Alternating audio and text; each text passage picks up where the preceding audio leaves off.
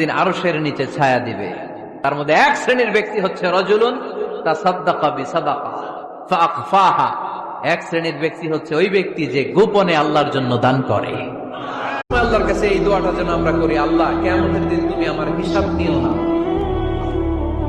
আল্লাহ তুমি আমার বিচার বসিও না, আল্লাহ তুমি দয়া করে আমারে মাফ করে দিও। আল্লাহ যার বিচার করবেন ও জাহান্নামে যাবে, আর যার বিচার করবেন না সে জান্নাতে যাবে।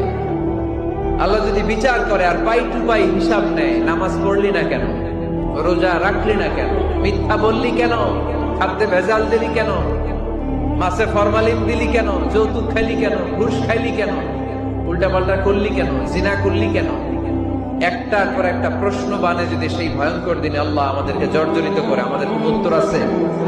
সেদিন আমাদের বাঁচার কোন উপায় আছে? তাই আমরা সবাই আল্লাহর কাছে দোয়া করবো, আল্লাহ কোনো বিচার টিচার মানি না, কোনো বিচার করতে পারবো না, দয়া করবা। কথা কয় না? কি করবে? এবার আওয়াজ করে বলেন, বিচার চান না দয়া চান?